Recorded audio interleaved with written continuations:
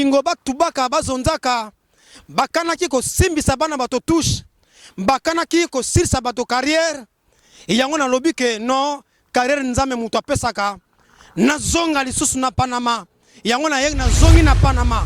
Quand on parle de Panama, on tire la référence na Norba de Paris de Panama Zarathustra.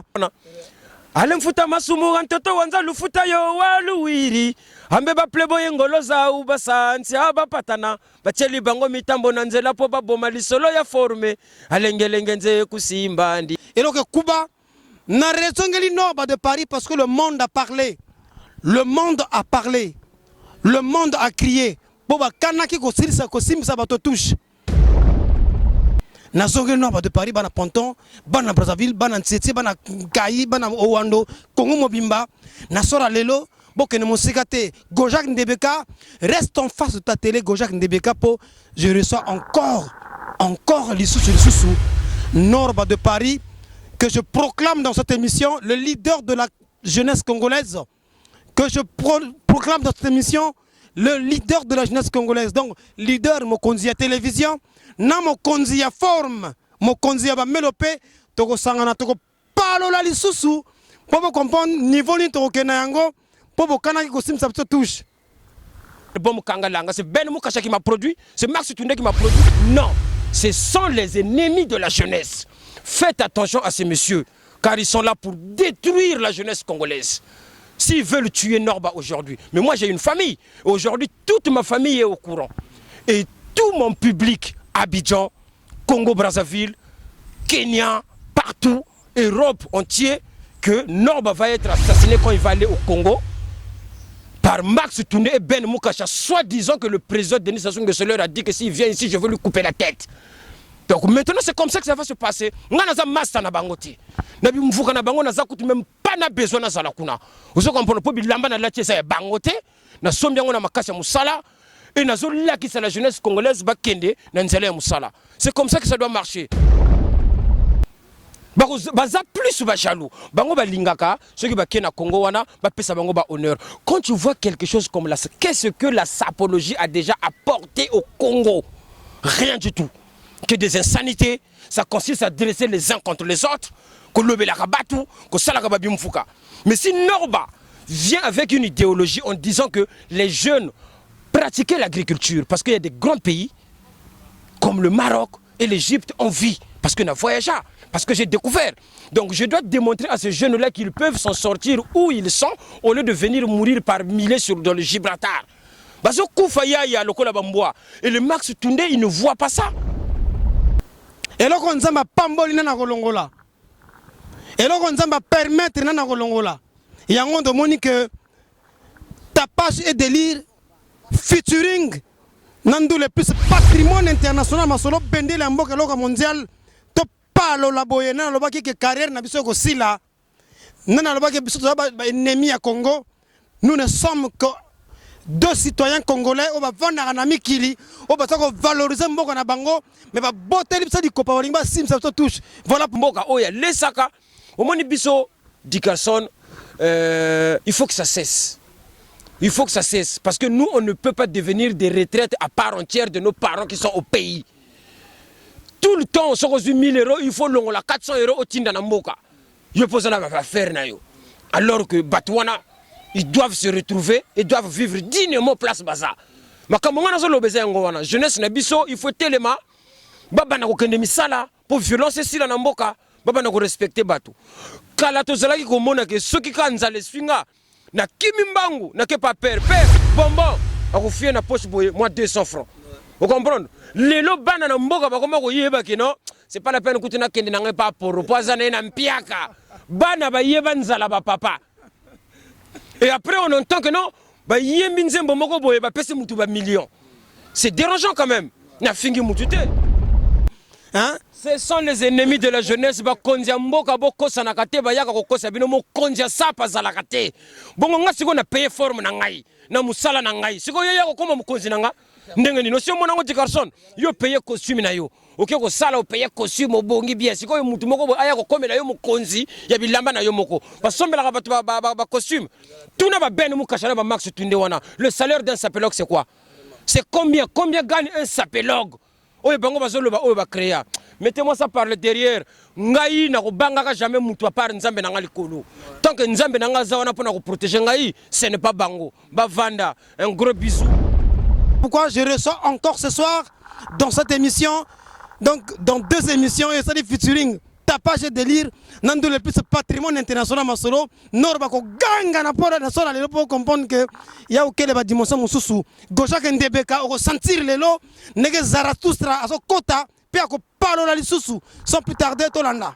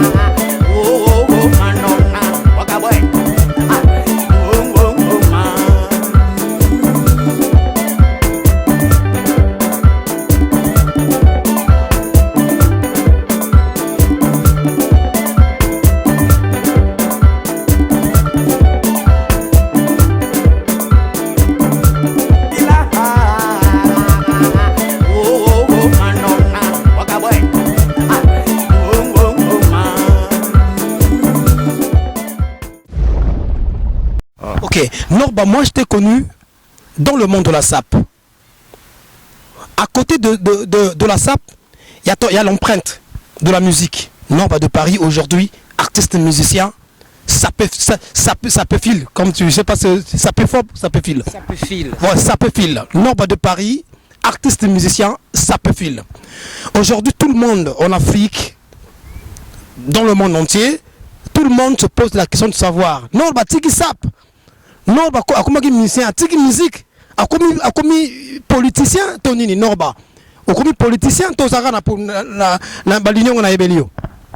Non, ngana ko komara jamais politicien pour ma politique ezana bato ba kiparango eza Norba te ngana zaka kana étoile o ezake jeunesse congolaise wana na konzarango e yoka kanga la jeunesse congolaise réfléchit, bah, oh, bah, bunga nzela te. Si oh, bah, bunga nzela, norba, so songi sabango nzela. Mais ma kamba forme, c'est norba. Vous comprendre? Et na zali susu wana tena lobela ka forme, mais fona lobela ngo kaka ndenge na zawa donc yo moko yebi toujours tango na yaka toujours tenir malu malu. Mais lelo na kena bango na ba système ya ko kata. On a utilisé le concept où on a utilisé dans ville au Sénégal. Mais il y a un système, il y a veste et pantalon. Vous comprenez? Système de Dakar. Système de ville au Sénégal. Mais il y a une forme pour la norme. Donc, nous avons moto ya kosakanate ba yoji ba sangani na ba Christian la croix. Zomona net donc chemise na ngai za yoji, mbati na ngai za yoji. Omoni veste na ngai proprement dit. Donc, ils ont Christian Lacroix. Vous savez comprendre, mais c'est du Yves Saint Laurent. Et puis, on a qui n'a pas de solo en gando. Na permis bango moi dimi. Bien chasse ya mpasula. Bozala nango.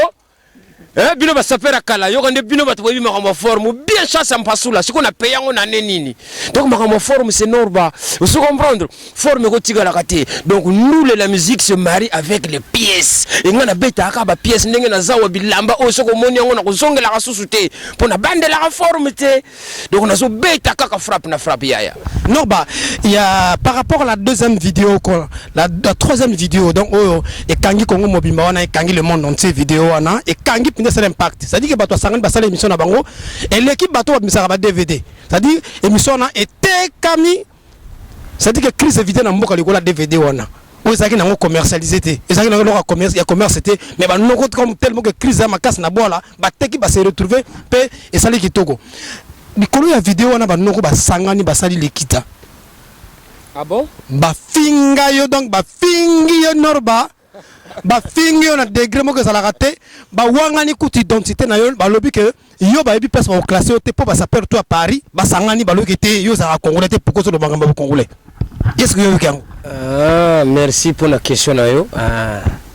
Mais là on a yebi sa bango kaka ke monom vuilu. Hein? Kumvila za bisiki nsundi, mvuilu kumvila za bisiki ndamba. Ngudiame musiki nsundi, sediame musiki ndamba, mono norbe de Paris ye mweki nsundi mweki ndamba. Est-ce que vous comprenez? Maman na langila na comprendre te. Maman na langila ezaki Congo avant que le pays ne soit séparé en deux, avant ba explorateur ba quota. Vous comprenez? Est-ce que bango ba yebi ba ancêtre na bango? Vous comprenez?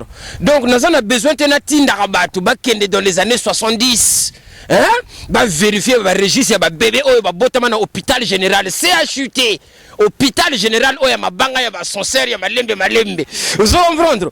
Ba kota na ba registre wana ba ko comprendre qui est norba.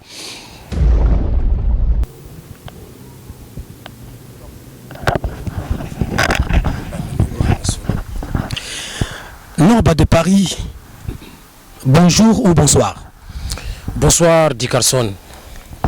Norba lelo pna elo salinga esengo po na mona na ni boité po na moni yo pna na songe a veste na yo ba couleur ya Congo vert jaune rouge na zonge yo surtout Norba parce que li solo na yo esalinga pasi li solo esalinga pasi esalinga mawa vraiment na etungi singa tellement trop voilà pour le que lelo na zonge là le leader de la jeunesse congolaise lelo na zonge là ce monsieur là qui excepté qu'elle a bilamba mais c'est un monsieur où il y a la mukana tongo ayoka soni jamais na musala nae akenda kusala sala musala nae son jeune Norba de Paris.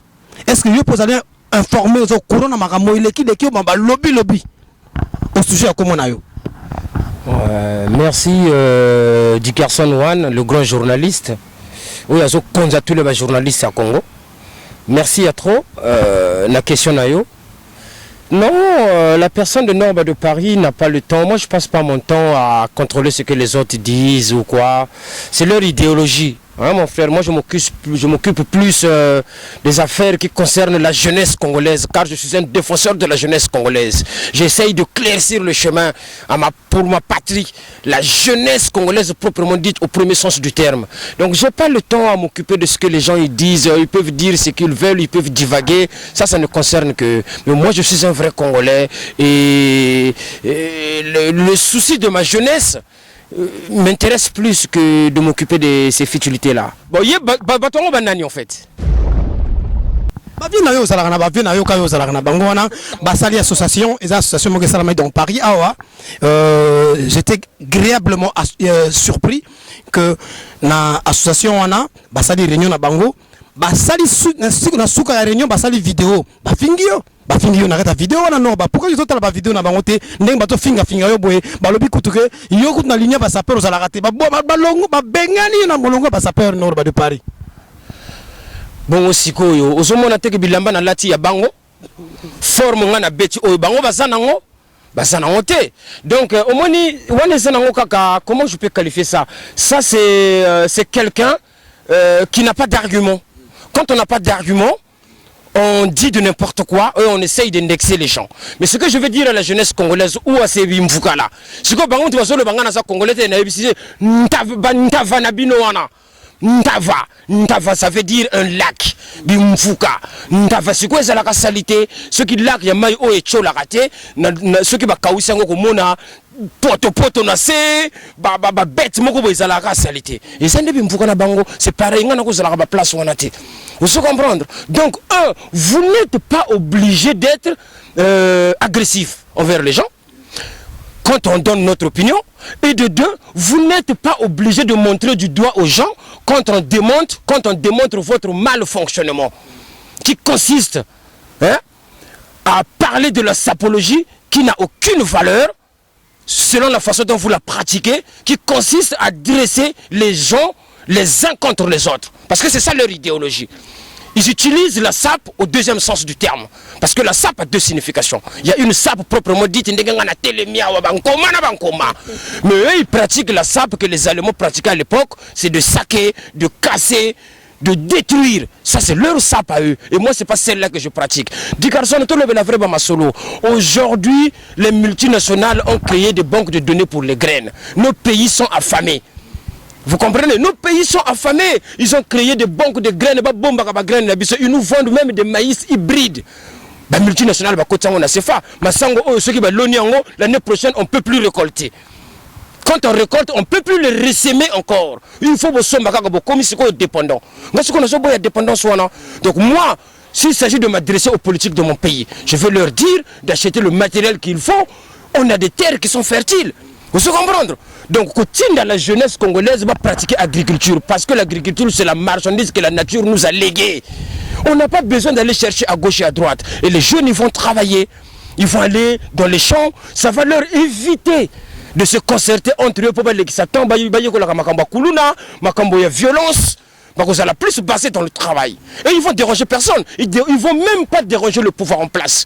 Ils sont là, ces vieux-là, ils sont vieux. Ils sont vieux, de quelle façon vraiment comme ça de quelle façon vraiment ce qui va salir le copain finga norba parce que moi j'ai éclairci la jeunesse congolaise.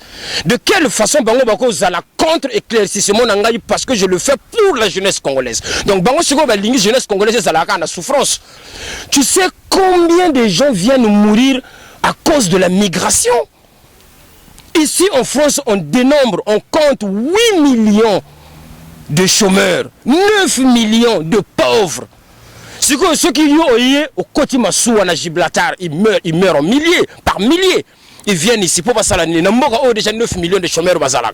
Alors que dans nos pays, on peut créer des emplois. L'agriculture, par exemple, il y a plusieurs pays qui en vivent. L'Égypte en vit, le Maroc en vit. Et pourquoi nous, on est incapable de faire ça? On a des terres.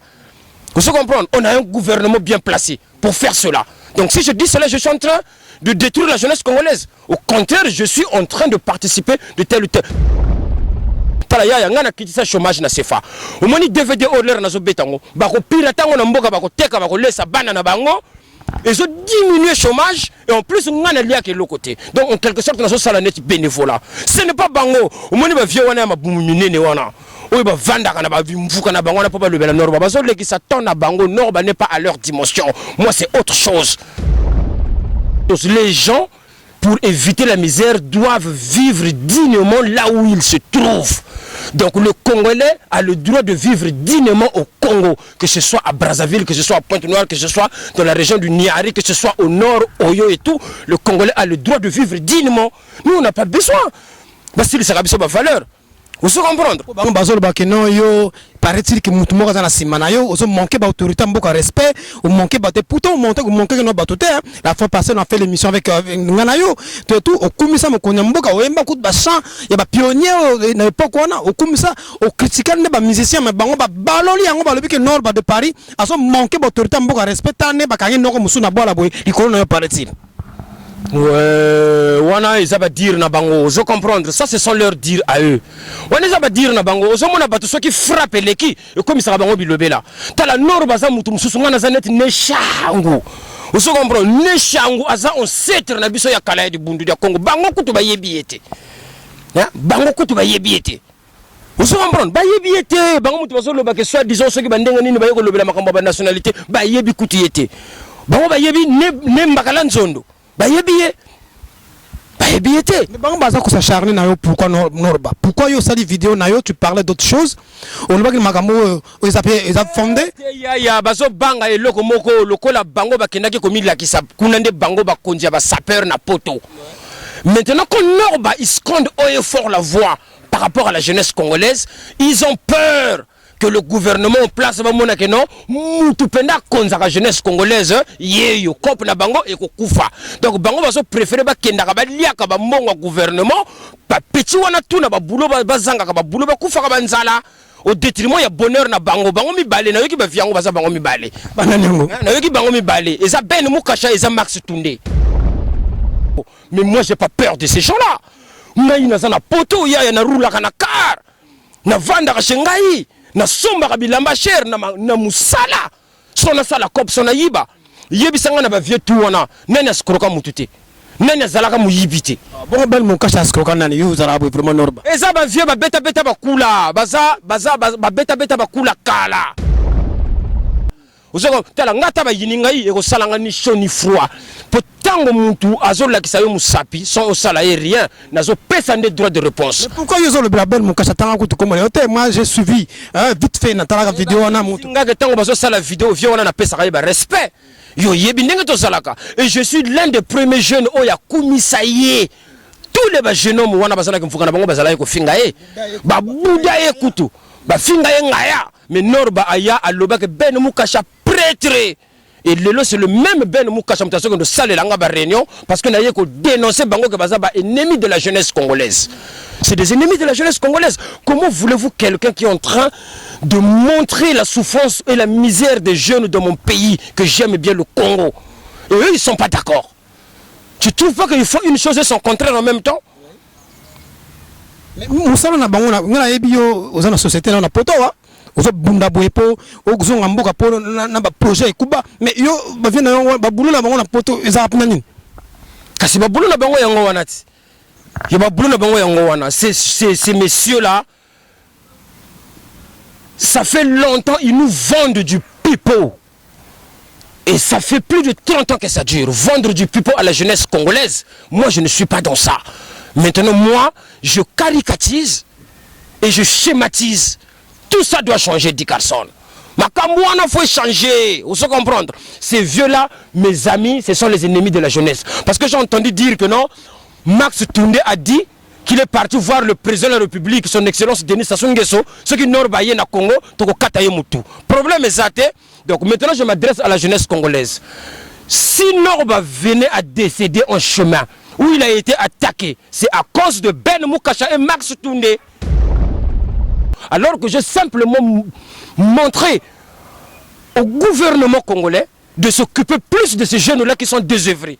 Et eux, ils ont trouvé ça mal, ils ont scandé le lobby que Ngaïba ko bomanga. Kasi Ben Mukasha Max Tunde avec le président de la République du Congo. Tu es Norba, la jeunesse est au courant. Mais si Kaboko Simba Norba, boko bimisa guerre na mboka wana parce que ngana za mutu abatu.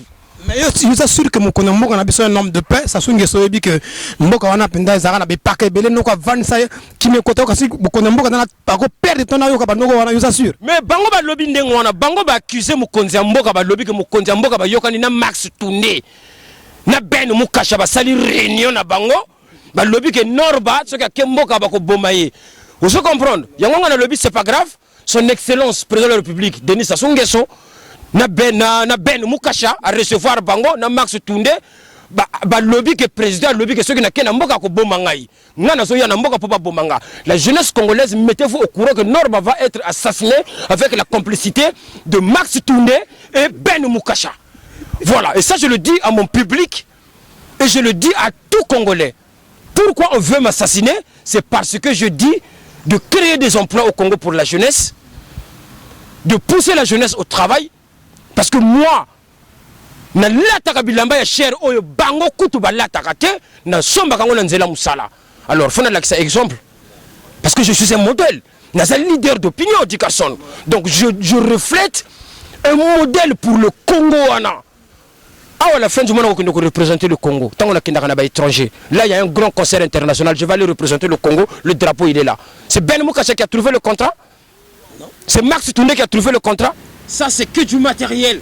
C'est que du matériel. Norba a toujours une forme. Ceux qui n'ont pas subi l'ambaté, ça ne veut pas dire que nous sommes baratés. Beaucoup samate. Na payaka kaka batandi na zui. Mikolo oyo ba vieux wana ba salili kopa na bango. Ntavazozo la yirikiri. Bokota ki rayon collection 2013-2014. Pour il y a 2015 bazo salango le na quotité. Bokota ki na ucho longo la lignée. Mubimba ya Emporio Armani. Combien ça m'a coûté? Maintenant on a besoin de tanga ba prix. Vous comprenez? Il y a le grand journaliste, il y a faut pas comprendre hein oh ça mubimba bien signé, ça va Emporio Armani. Hein? Collection mubimba 2013-2014 na ucho longo lango. Ngama il y a blague, il y a bilamba blague 0 km yeyo. Vous comprendre? Yeyo. Oui ba blouson nana la tchangote pour na sa muto ba poso.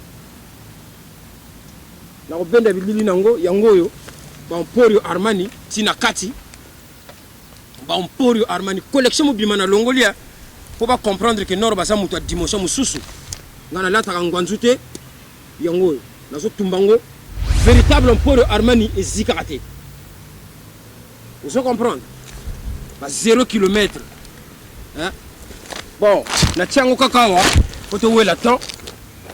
Il vaut combien le blouson? Wana moko la bimisili mususu lisusu. Emporio Armani toujours. Na uto longo la bango collection mubimba. Oh susu poso mususu. Yeyo 0 km. Vous comprenez? Yeyo. Oh yoji y tout. Vous comprenez? Yoji. Oh yoji poso ya yoji yeyo ba moshi na ngwa bleu oyo ucho longwa na longoli collection mubimba mususu ngoyo 2013-2014 ba 0 km tala binkuchi faut bana volontaire que le saka na kandi bantu vous comprenez bibi nkuchi ka gouvernement ko sumbiri bia musalu cha moko la maçonnerie donc mebu ni taku bala bendi ku salu kan taba guba ka sanjila ko kanjela laba kwa quand on a ces fauchés qu'on connaît dans le bloc c'est que poso 0 km toujours Emporio Armani ah oui il y a dans 0 km non la tiété la silisi na nukutute non tama basakane bitaribi ni biawa 0 km ba collection bana longoli ba Dior de Longwe ba 0 km au 10 square dia vie claire parce que minimi tekele mumpimpa bobu le bamu boutique na mo magasin ko lwati bitaribi fumé faut la bana vie claire c'est du 10 square dia vie claire et Longwe 0 km on ngati grimace yini yaw Emporio Armani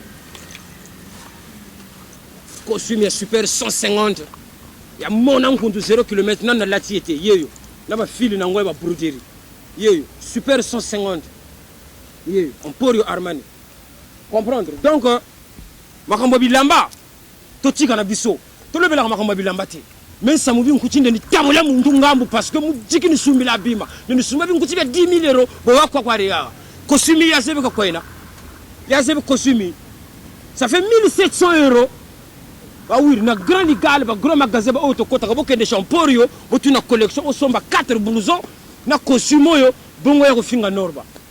Tu le comprends? Donc c'est bon.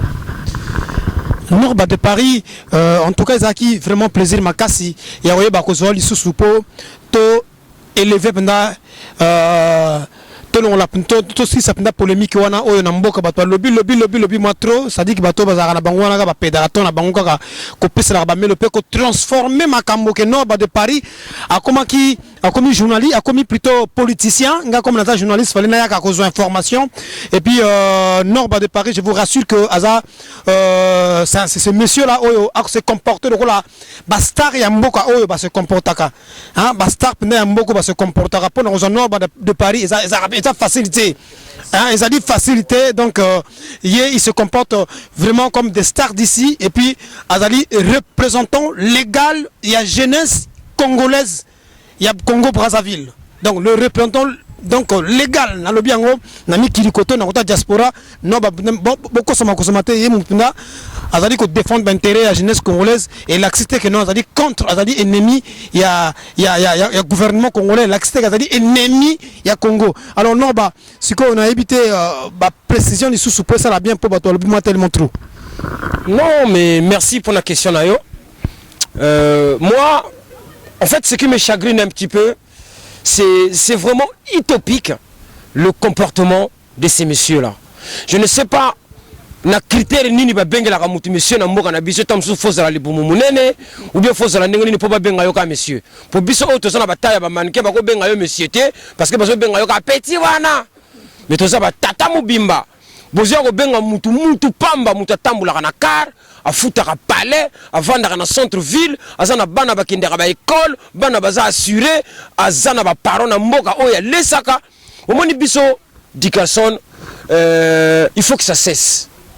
Il faut que ça cesse. Parce que nous, on ne peut pas devenir des retraites à part entière de nos parents qui sont au pays. Tout le temps, on se reçoit 1000 €, il faut la 400 € au Tinda Namboka. Ils posent la affaire. Alors que Batouana, ils doivent se retrouver, ils doivent vivre dignement place Baza. Mais comme on a besoin de jeunesse, il faut tellement pour violence ici dans Namboka, il respecter Batou. Kalato Zalaki komona que ceux qui kanza les swinga na kimimbangu na ke pas père bonbon a confié na poche boye moi 200 francs. Vous comprenez? Lelo bana na mboka bakoma ko yeba ke non, c'est pas la peine que tu na kende na pas pour poisonner na mpiaka. Bana ba yeba nzala ba papa. Et après on entend que non, ba yembi nzembo moko boye ba pese mutu ba millions. C'est dérangeant quand même. Na fingi mutu te. Et ça ka ko changer moi bizaleli pour moko na biso kende bien. Fasange kwa pakiri mambu Oyoka terinjo samu rizonza Nibule mama natange kolomo na batiba zonza samu Yokulanga ni hata bwana Roko entre tope ni gatu shisaro Yokulama na pauka Kanga de mwatu kanga Ande tisi kilongo otuji Sine o decoration Mkwela toko salanga Ay ay ay ay ay Namo ya kwa mapoko Ande mangeli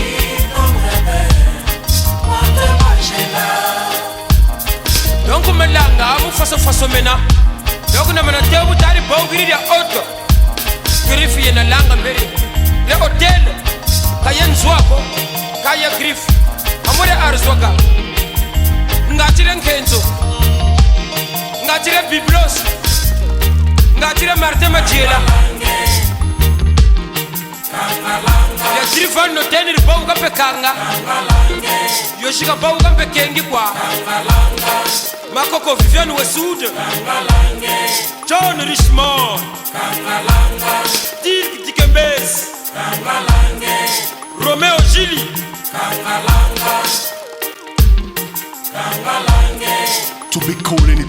to boy mutute na Congo wana ba oyo ba konzaka biso bazala wana parce que bazo sala musala na bango bien mais ne ba changer ka moi ba mentalité mututu a se retrouver. Moi c'est ça que je parle. Ba conseiller na bango pe, ba conseiller bango bien. Pourtant mututu moni que conseiller pourtant tout peut ça conseil mabe. Conseiller azotala libumu na ye azotala libuma peuple te. Amoni tant mususu nkunzi azana volontaire au sala ya koleka. Mais conseiller azoya boye na ba conseiller ya pambala ya kibudiki ya tina kwani. conseiller c'est que conseil na yatina kwa nena po mokese timbeli yo que conseil na yo zo pesa na nkunzi yango te. Est-ce que na tayi komba conseiller? Est-ce que nga contre conseiller? Non. Mais conseiller bina osunga yo que pesa conseil ya bien. Pour ça vaut la peine aujourd'hui ya kana ki conseiller mais musala ki conseiller pour ça la ngona ndenge vérité. Tant ndenge peuple yebi conseil na yo que ça ramabe. Et puis c'est passé hein. Donc Dickerson va ça la choix. Hein? Moi, je dis à mon public et je demande à mon public de faire un choix. Et le choix, il est clair. Bah, on peut Armani na tandiawa. Na sombiango na nzela ya musala. Vous comprendre? Est-ce que eux, bah, lukaba yo que la batu oyo, bazo, la kisabango kaka sapologie ya nzala, ya ko lataka ba vese toboka na ba poche na kati, hein? Ya ko finga na baninga, ya ko bunda na ba bar. C'est ça la sapologie. Dresser les uns contre les autres. Est-ce que vous pona idéologie ya norba na Dickerson o ezaka ko teya bango ba kende ba boulot po ba payer ba en forme ya Emporio Armani collection mubimba ya 2013 na longole yango na zana ngona pale bazo le ki salaire na bango. Vous comprendre? Parce que le problème qui est là, c'est que les gens veulent se cacher. Ils nous vendent le Satan et le bon Dieu en même temps. Et ils veulent nous faire croire que les deux sont identiques. Tu comprends? Ils finissent par nous faire croire que les deux sont identiques. On ne peut pas nous vendre le Satan et le diable en même temps. Parce qu'ils se cachent derrière. Ils détruisent la jeunesse congolaise. Norba, il faut se poser la question, comment faire pour sortir de l'austérité au niveau du Congo-Brazzaville? Le problème, il est là. On ne doit pas être là à parler que de la sapologie. C'est quoi le salaire d'un sapélogue? Heureusement, bango kutu bazwa ki chance donc Norba te longolier. Mais loko ba bossa ki avant kutu bango bazwa boulou wana déjà izalaka mwengai. Tango basalaka bimfuka na bango ngana salaki na salaki te. Donc c'est que na salaka nanga déjà te. Donc ezaka ba vieux moko boye bazo luka neti basala combo parce que combo Norba se déranger bango. Tu sais les gens attendent que quand je vais repartir au pays, ba mona le susu ba tsunami wana ngana betek mais moi je ne suis plus dans ça. Omoni na kolisi masolo na zana niveau mususu na zana niveau ya ba création ya ba entreprise na ko kende pona sunga jeunesse congolaise to kende liboso to ça la vraie ba masolo et ça makamba politique il faut laisser les politiques tranquilles.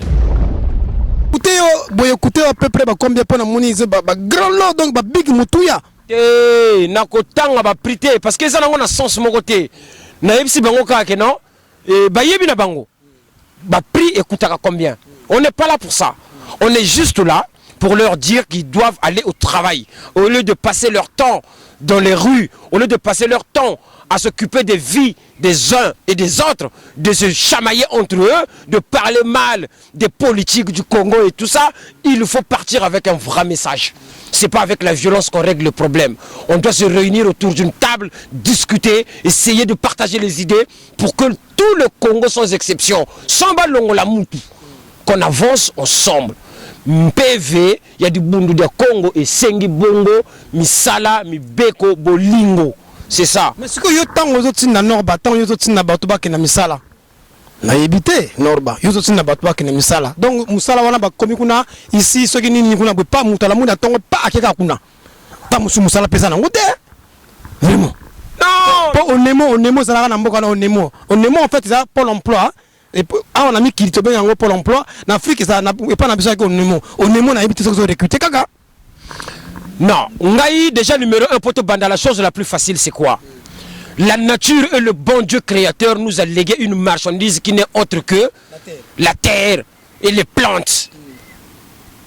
Et les plantes, c'est une marchandise à part entière qui réside au Yevandaka. Na ba graine, ba banque et ça ba graine. C'est les multinationales comme Monsanto et les autres. Ils ont créé des banques de graines dans leur pays de façon à nous vendre des graines hybrides qu'on est obligé d'acheter chez eux et qu'on ne peut plus ressemer après la récolte. Ça c'est un danger.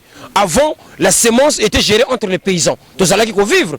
Nous, au Congo, on n'a pas trop besoin de planter. On avait l'abondance de tout ça.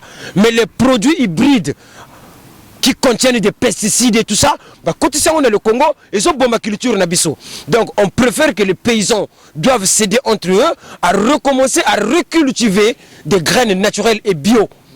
Donc bana, bakende musala, baba d'agriculture. Gouvernement en place, ils ont des moyens d'acheter des tracteurs et de léguer des terrains à la jeunesse de façon qu'ils puissent pratiquer l'agriculture. Le Maroc en vit. L'Égypte en vit, bah payer ça est belé, même à on a Château Rouge chaque fois, tu lias comme Safou et où tu as Cameroun. Et où le Cameroun, tout ça c'est la terre qui nous donne ça gratuitement, mon frère. Les gens vont se retrouver. Na sengi na tata mokondi pardon ya trop, asala tout, atala na nous, abouaka moi liste na moi jeunesse wana. Parce que nous allons wana, yango mtozo tinda moi ba violence. To sakani pétro, to bini pétro. Maintenant je veux que la jeunesse congolaise, je demande aux institutions de la place, ba kende misala, ba tanga ba classe. Comme ça, un jour, ba payaka bon porio Armani nenge nor ba payaka talate. Ça c'est pas l'argent de la politique. Mouta corrompre nga azate. Obimagi boite informateur te pose un bon osumba plan. Ah non, nga na salaka makambo wana te bango moko ba yebi ndenge ba salaka makambo na bango batuna kana bango na ba vie na bango o ba salaka ba fort réunion na bango oyo nor ba ko zala jamais. Déjà nga fona zala na réunion wana. Faut pas tout ça kuna ba za na forme ti. Hein? Nga siko na za na forme koleka o ya bango. Na kana luka nini kuna. Aujourd'hui, avant de donner un conseil à un autre, toi tu dois refléter l'image. Hein? Ok, on s'amène la place. Pasteur Koutumba Toboka. Attends, Sambeli Ponayo. Rien. Mais si on coûte pasteur bien comme ça. On a exemple à Joyo. Donc le Sambo est solo.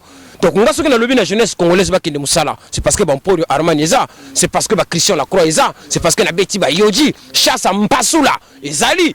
Vous se comprendre? Bien coiffé. Banini. Donc c'est ça, dit Carson. Ils doivent arrêter avec cette utopie de croire que pour réussir dans la vie, on est obligé d'aller mendier, on est obligé d'aller voler, on est obligé d'aller braquer, casser, tuer. Non. Il n'y a que le travail qui paye. Et le bon Dieu nous a appris ça. Ils nous ont donné des richesses naturelles. On les a au Congo. Le Congo, c'est un pays riche à part entière. Les terres sont fertiles. La faune, elle est très variée. Donc respectons tout ça, essayons de mener ça dans un sens vraiment logique et nous verrons que chacun va se retrouver et ma campagne aussi là. Il n'y a que le travail qui paye, chers amis, comme vient de le dire Norba. Norba, Mokondi à jeunesse et à Congo. Il a dit, il n'y a que le travail qui paye. Mais pourquoi comme moi je fais mon travail et comme ma solo? Pourquoi moi quand je fais mon travail, comme je taxe un gars d'agitateur, que nous avons l'agitation à Norba de Paris, pourquoi? Est-ce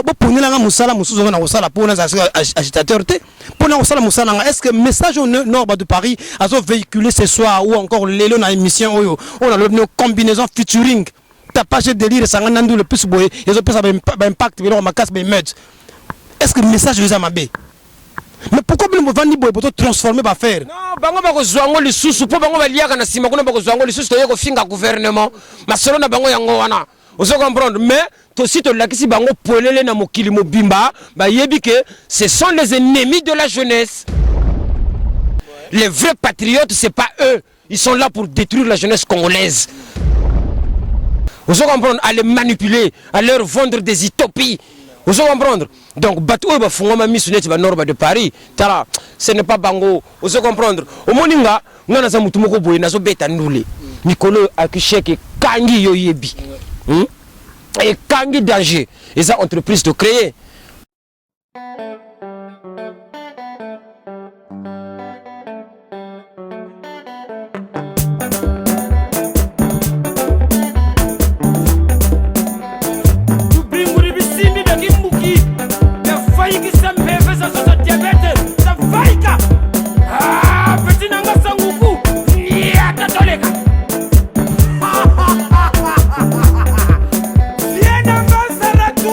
Norba de Paris.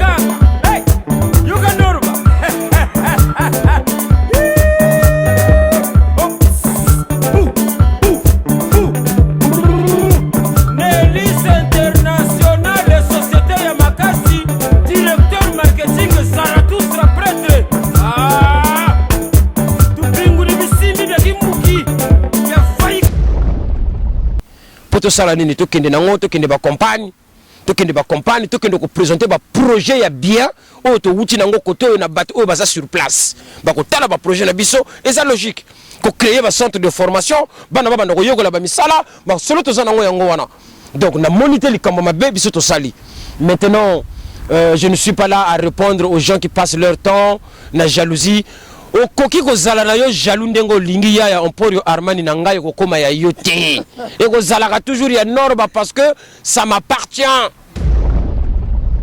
ezanga mutu na sombi yango na makasi ya musala aspect na ngai eza ya ngai ozo comprendre donc ya masolango foto kena tala bimebe ndeno benda chini bobo na pesi ba mbote na ngai kaka na batu oyo bazalaka pembeni na ngai mère Peggy Bidimbu vrai chéri qui toko trop na minute oyo ezotoka na pale sans compter forme Sondra Matala soko zui batuneto ma Sondra Matala motema ya Farel Nkunku na pale kuna pe ezotoka ozo comprendre hein Anaclé la couronne le grand patron Mikolo ya uto bimisa sous 9 mètres cubes Anaclé la couronne au moni forme hein na tandi forme Anaclé la couronne yonde mukonzi na bango c'est Anaclé la couronne yo mutozo konza ba faire ngo Anaclé la couronne mbuta makanga kuna kwaniere mbuta makanga un grand bonjour donc la PCK ba mbote vient nga Saint-Pauli maestro parce que nga pena zalaka koto mais ba lobi boyeke la jeunesse congolaise ba lobi ke ah ba ko boma Norba on est dans un pays de droit. Moi, quand je me trouve à un endroit, on a besoin de la garde du corps. Il y a une fête, où il y a courageux, il y a menacer Norba, eh bien, il aura problème à la justice française. Parce que moi, j'ai des enfants, où il y a déjà, il y a droit à un poto, ils sont en règle, et moi je suis en règle. Et personne n'a le droit d'agresser qui que ce soit en France. Au Congo, naza à l'aise, il y a que circuler. Parce que le gozo dérange, non? Parce que na bouge c'est fan à niveau monga ko sakanate. Bango baso kende baso tambola na nzela yemoko.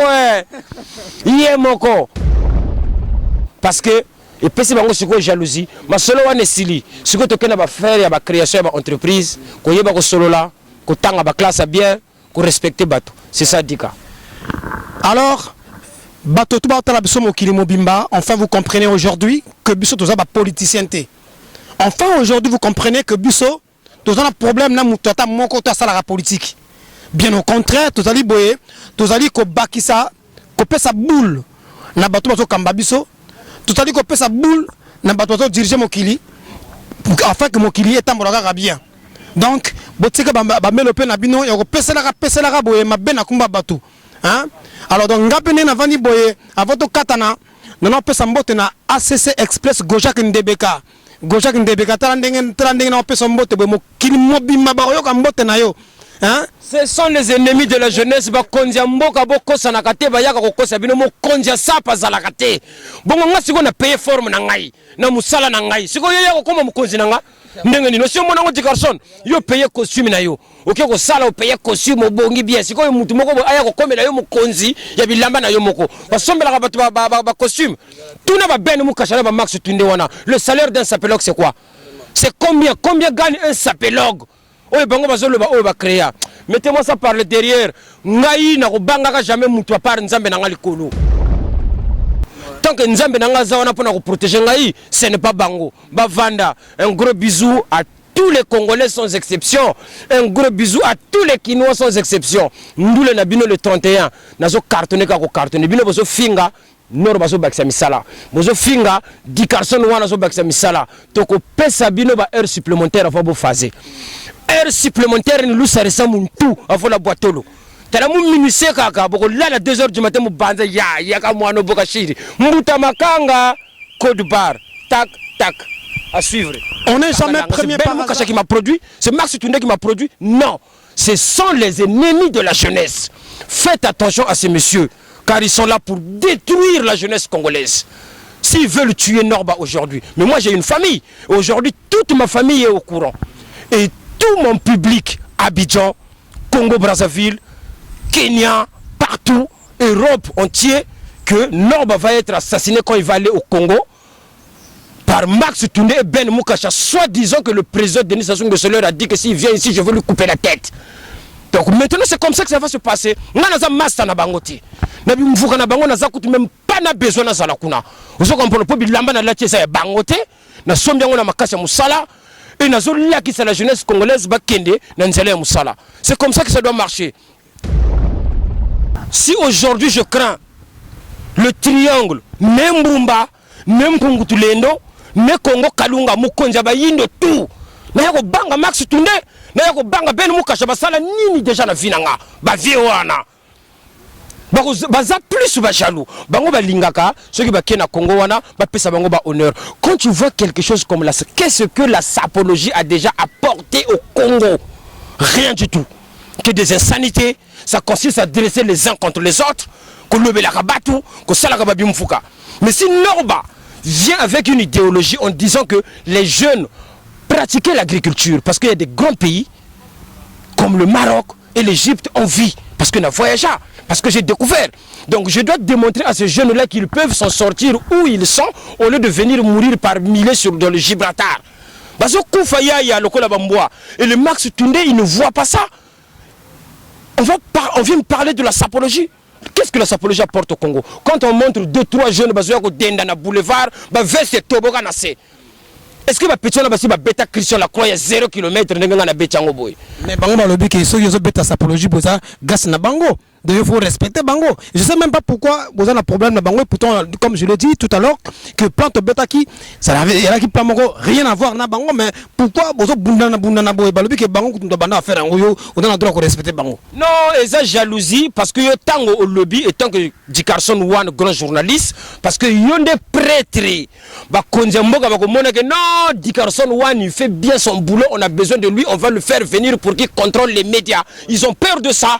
Ils ont peur. Norba de Paris, c'est quelqu'un qui a étudié, c'est quelqu'un qui pratique l'artisanat. Donc si on voit que ce jeune-là, il est écouté par la jeunesse, on va le faire venir. Ils ont peur de ça. Mais nous, mon frère, on n'a pas besoin de ça.